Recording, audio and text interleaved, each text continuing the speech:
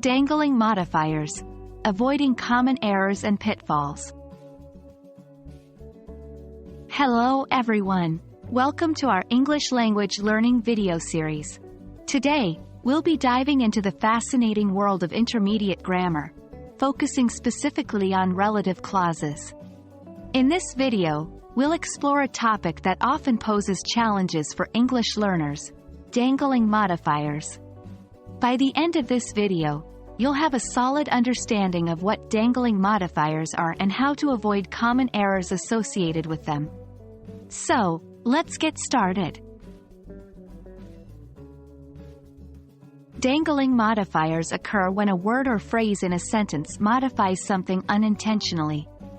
This results in a sentence that is grammatically incorrect or confusing.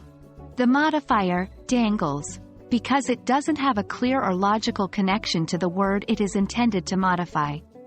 Let's look at an example. Incorrect. Walking down the street, the trees appeared beautiful.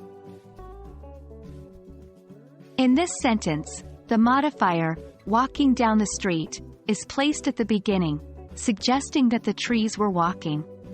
However, we know that trees can't walk, so this creates confusion. To correct this, we need to ensure that the modifier is properly connected to the subject it intends to modify. Correct. Walking down the street, I saw beautiful trees. By placing the subject, I, at the beginning, the modifier now correctly modifies the action of the subject, clarifying the meaning of the sentence. Now that we understand what dangling modifiers are, let's explore some common errors and pitfalls to watch out for. Error 1. Ambiguous pronoun reference. Incorrect. After finishing the assignment, the computer froze.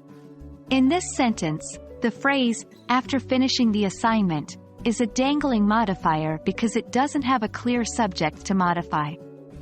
The computer cannot finish the assignment. It's the person who finishes the assignment. To fix this error, we need to clarify the subject.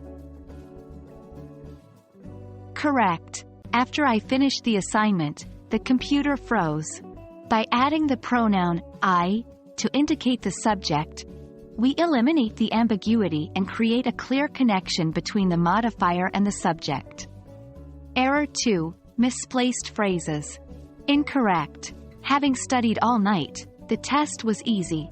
In this sentence, the modifier, having studied all night, suggests that the test itself studied all night, which is illogical. To correct this error, we need to reposition the modifier to establish the correct connection.